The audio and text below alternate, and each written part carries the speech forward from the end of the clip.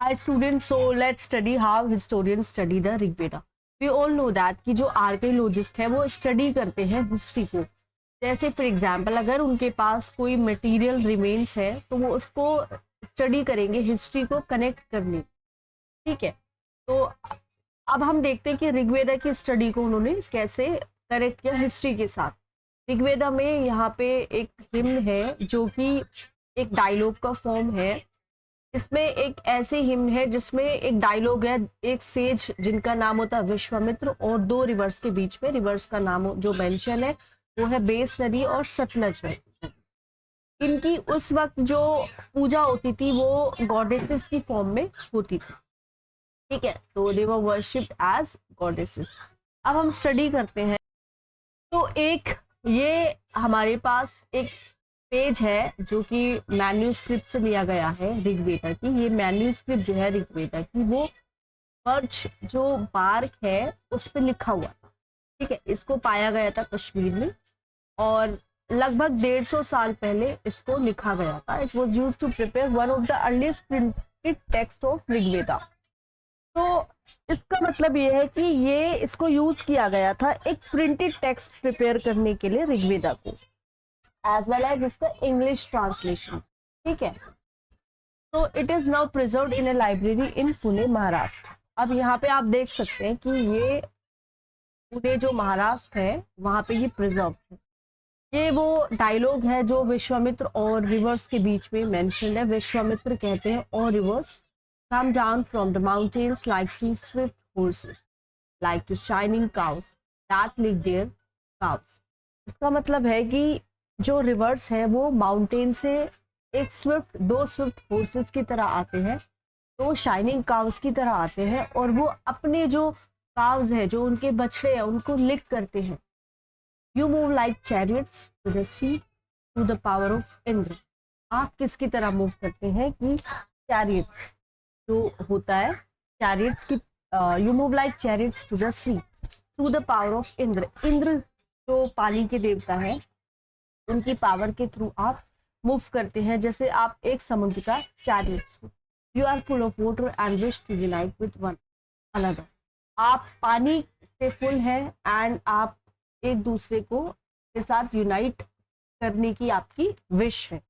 Reverse कहती हैं we who are full of water move along the path the gods have made for us.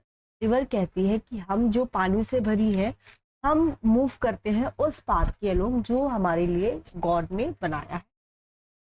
Once we start flowing we cannot be. Why do you pray to us, O sage? एक बार जब हम शुरू कर देते हैं move करना हमें कोई रोक नहीं सकता है, तो आप हमसे क्यों प्रे करते हैं. विश्वामित्र कहते हैं ओ sisters please listen to me, the singer who has come from that we just so he's saying that oh sisters please listen to me, the singers who has come from a distance with his chariots and carts. तो Vishwamitra river से कहते हैं ए बहनों please listen to me, the singer who has come from a distance with his chariots and carts, let your waters no tries above our axle so that we can cross safely. तो वो कहते हैं कि sisters हमें सुनो और हम आए हैं अपने बहुत दूर से आए हैं अपने कार्ड्स के चैरियट्स के साथ और आप इतनी हम पे दया करना कि आपका जो पानी का जो लेवल है वो हमारे एक्सल के अबव ना जाए. रिवर्स कहती हैं we will listen to your prayer so that you cross safely. बिल्कुल हम आपकी जो प्रेयर है उसको सुनेंगे ताकि आप सेफली मूव कर सके. तो हिस्टोरियन इसको पॉइंट आउट करते हैं कि ये जो हिम्न है it was compose in the area where these rivers flow. यहाँ पे ये जो रिवर फ्लो करती है वहीं पे इसका कंपोजिशन. ये सजेस्ट भी करते हैं कि सेज ऐसे सोसाइटी में रहते थे जहाँ पे घोड़े भी थे, काउस भी थे, उनकी वैल्यू होती थी. That is why rivers are compare to horses and cows. इसी वजह से रिवर्स का एक कंपैरिजन होता है हॉर्सेज काउस के साथ. Do you think chariots were also important? आपको लगता है कि ये जो चैरियट्स की बात की गई ये भी इम्पोर्टेंट थे? आप अपने आंसर के लिए कुछ रीजंस दीजिए. Read the words Other rivers, especially the Indus and its tributaries and the Saraswati, are also named in the. अगर हम दूसरी रिवर्स की बात करें, जैसे इंडस रिवर है हमारी, और इसकी जो ट्रिब्यूटरी जैसे कि सरस्वती, वो भी इस हिम्स में मेंशन्ड है। गंगा और यमुना का जो नाम है वो सिर्फ एक बार आया इस हिम्स में। Now cattle, horses and chariots, बहुत सारी प्रेयर्स है ऋग्वेदा में कैटल के लिए, ठीक है, बच्चों के लिए स्पेशली सन्स, और हॉर्सेस के लिए। हॉर्सेस जो थे वो यूज होते थे चैरियट्स में, उनको फिर चैरियट्स को लेके जाया जाता था बैटल्स में, ठीक है। अब बैटल क्यों लड़ी जाती थी? कैटल को कैप्चर करने के लिए। बैटल लैंड को कैप्चर करने के लिए भी लड़ी जाती थी, जो इम्पोर्टेंट था पैस्चर के लिए, जहाँ पे एनिमल, एक ऐसी लैंड जहाँ पे ग्रासेस उगती थी या वेजिटेशन, और वहाँ पे वो एनिमल्स या कैटल फीड करते थे। और growing Hardy crops that ripen quickly, और ऐसी क्रॉप्स को ग्रो करने के लिए जो कि लैंड का यूज़ करते थे, जो बहुत इजीली राइपन हो जाता था, बहुत ही क्विकली, जैसे बार्ली की बात करें। कुछ बैटल्स पानी के लिए भी लड़ी जाती थी, और कुछ बैटल लोगों को कैप्चर करने के लिए भी लड़ी जाती थी। कुछ जो वेल्थ है जो ऑब्टेन था वो लीडर उसको रखते थे, some was given to the priest, कुछ प्रीस्ट को देते थे, और रेस्ट जो है वो लोगों के बीच में डिस्ट्रीब्यूट कर देते थे। कुछ जो वेल्थ थी वो यजनास को परफॉर्म करने के लिए यूज होती थी, यजना या फिर सेक्रीफाइस भी हम कहते हैं, जिसमें ऑफरिंग डालते थे आग में, ठीक है, यजन। These were meant for gods and goddesses, तो गोड्स एंड गॉडेसेस को वर्शिप करने के लिए या फिर उनको प्लीज करने के लिए ये परफॉर्म किया जाता था। ऑफरिंग में घी दिया जाता था, ग्रेन, और कुछ केसेस में एनिमल्स का सेक्रीफाइस भी किया जाता था। ज़्यादातर जो मैन थे वो वॉर्स में पार्टिसिपेट करते थे।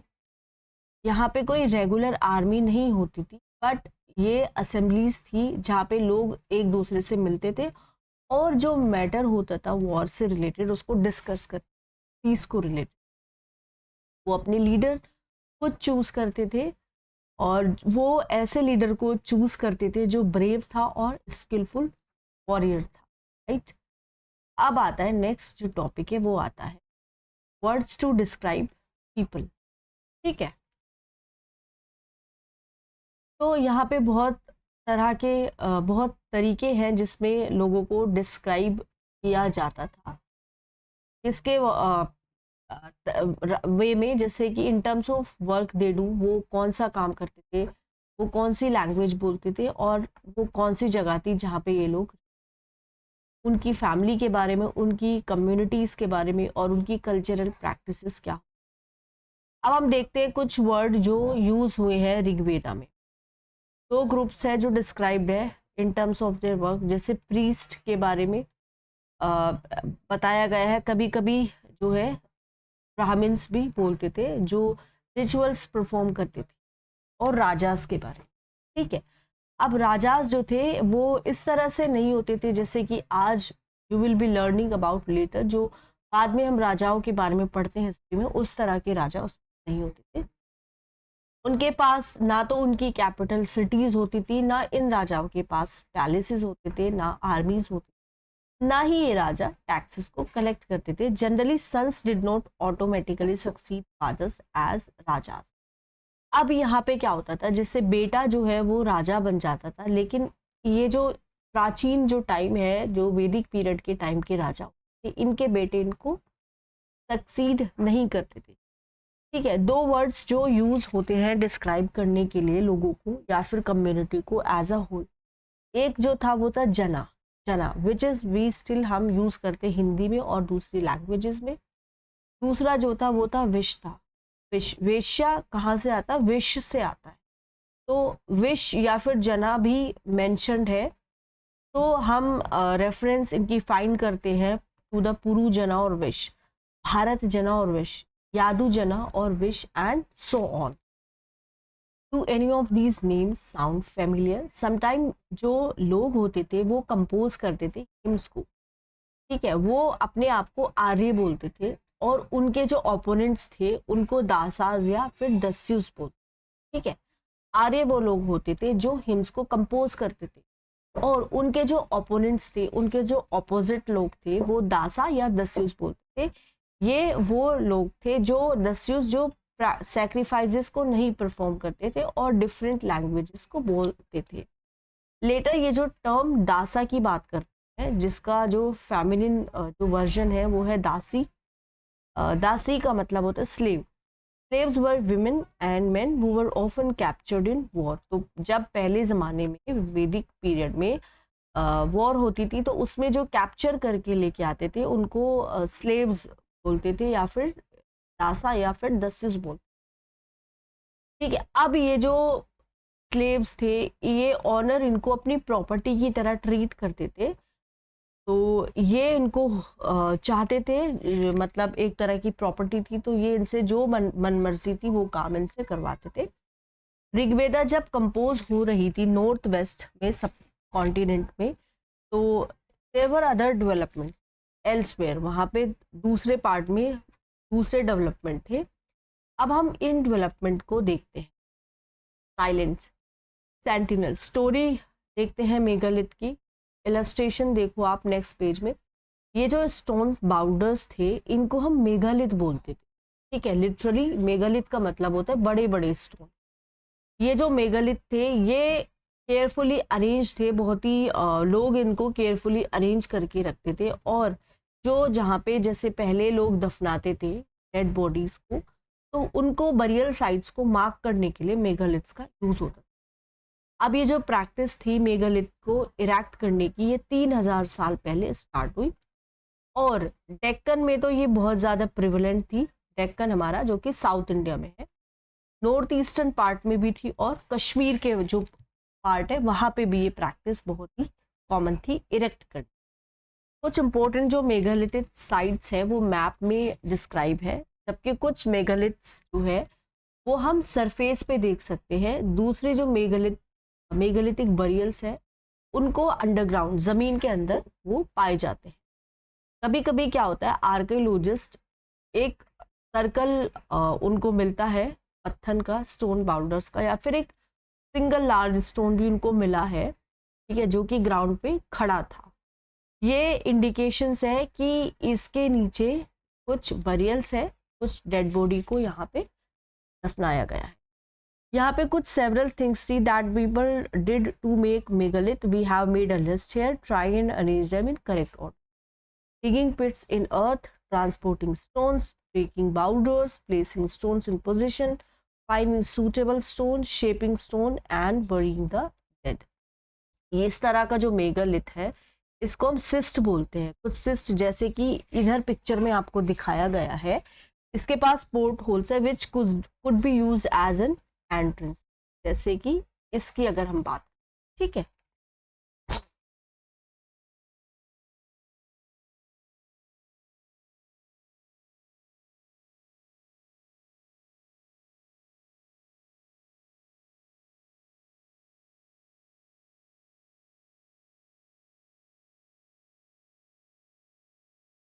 अब अगर हम इन बरियल्स की बात करें तो इन बरियल्स में कुछ ना कुछ कॉमन फीचर, जनरली जो मर जाते थे, जो डेड बॉडी, उनको बरी करते थे डिस्टिंक्टिव पॉट्स के साथ, जिसको ब्लैक एंड रेड वेयर भी बोलते हैं, जो कि उस टाइम का जो पॉटरी है उसको बोलते थे black and red ware.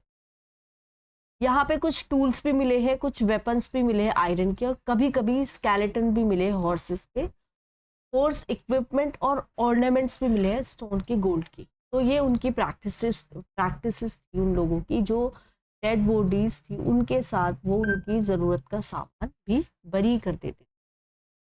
Was iron use in the Harappan sites? अब एक इम्पोर्टेंट क्वेश्चन ये है कि हरप्पा की जो साइट थी क्या उस टाइम पे आयरन का यूज होता?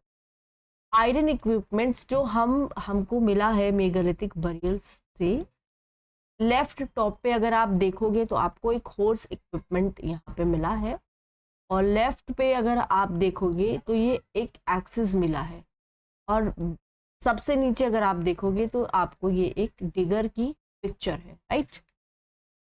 अब यहाँ से हम फाइंड करते हैं सोशल डिफरेंसेस के बारे में। आर्कियोलॉजिस्ट जो है वो ये सोचते हैं कि ऑब्जेक्ट जो स्केलेटन के साथ पाए गए थे प्रोबेबली वो जो डेड पर्सन है उसी के थे। कभी कभी ज़्यादा ऑब्जेक्ट्स भी पाए गए हैं एक ग्रेव में, ठीक है।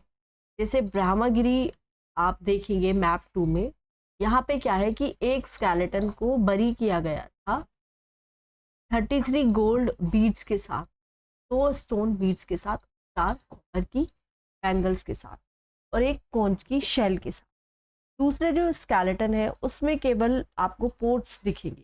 ये जो फाइंड्स है ये सजेस्ट करती है कि या तो यहाँ पे कुछ डिफरेंस थे स्टेटस में, लोगों का जो स्टेटस था मरने वाले का, जो जिनको बरी किया गया था, कुछ लोग उसमें रिच थे, कुछ पुअर्स थे और कुछ चीफ थे और दूसरे जो है वो फॉलोअर्स थे। तो सोसाइटी में उनके स्टेटस के हिसाब से ही उनकी जो बिलोंगिंग्स थी उनको उनके साथ बरी किया गया था। Were some burial spots meant for certain families, या कुछ जो बरियल स्पोर्ट्स है वो सिर्फ कुछ फैमिलीज के लिए थे। कभी कभी क्या होता है मेगालिथ कंटेन करता है एक से ज्यादा स्केलेटन। ये इंडिकेट करते हैं कि जो लोग हैं परहैप्स बिलोंगिंग जो है सेम फैमिली की, उसको हमने सेम प्लेस में बरी किया था। सेम टाइम पे तो नहीं, जब लोग मरते गए तो उसी सेम प्लेस पे उनको बरी किया गया। बॉडीज जो है उन की जो मर चुके थे फिर उसको लेटर कहाँ पे उस ग्रेव में लाया गया था, किसमें, थ्रू दी पोर्ट होल कर थी। उसके बाद स्टोन के सर्कल्स या फिर बाउंडर्स को हमने सरफेस पे प्लेस कर दिया गया था, प्रोबेबली एक साइन पोस्ट की तरह, ताकि जब कभी फ्यूचर में बरियल साइट्स को फाइंड आउट करना हो तो वो जो बाउंडर्स हैं वो हमें बता सके, ठीक है। एक स्पेशल बरियल मिला है हमको इनाम गांव से। अब यहाँ पे आप फाइंड करो इनाम गांव मैप 2 में। It is a site on the river Ghod, ये एक साइट है इनाम गांव घोड रिवर पे। घोड रिवर एक भीमा रिवर की ट्रिब्यूटरी है, ठीक है। ये ऑक्यूपाइड थी बिटवीन 3600 एंड 2700 ईयर्स अगो। यहाँ पे अडल्ट जो थे वो जनरली उनको बरी किया गया था ग्राउंड में, उनको सीधा लिटाया गया था, उनके जो हेड थे उसको नॉर्थ की तरफ, नॉर्थ के डायरेक्शन में प्लेस किया गया था। कभी कभी जो बरियल्स थे were with in the houses, जो हाउसेज है हाउसेज में भी डेड बॉडी को दफना दिया जाता था। Vessels that probably contain food and water were place with the dead. अब यहाँ पे क्या है, क्योंकि लोग लाइफ आफ्टर डेथ में बिलीव करते थे तो कुछ बर्तनों में खाना वो उनके लिए रख देते थे ताकि जो सोल है उसको अगर भूख लगे तो वो खा सके। एक आदमी जो था was found buried in large four-legged clay jar in the courtyard of 5-room house। अब यहाँ पे क्या है कि 5 कमरों का एक घर है, उसके कोर्ट यार्ड में 4 लेग्ड का एक क्ले का जार था, ठीक है, उसमें उसको बरी किया गया। ये एक लार्जेस्ट हाउस है उस साइट पे जो कि 5 रूम का घर है, ठीक है। सेटलमेंट के सेंटर में, जो सेटलमेंट है जैसे उसके सेंटर में ही इस घर में एक ग्रैनरी भी था। अब जो बॉडी है, बॉडी को प्लेस किया गया था क्रॉस लेग पोजीशन में, जैसे यहाँ पे ये बॉडी है और ये इसके लेग्स है, तो ऐसे क्रॉस करके इसको यहाँ पे इंसान को बरी किया गया, ठीक है, ग्रेव में।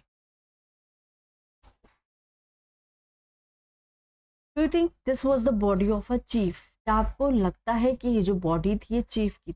आप अपने आंसर के लिए कुछ रीजंस दीजिए। What skeletal studies tell us?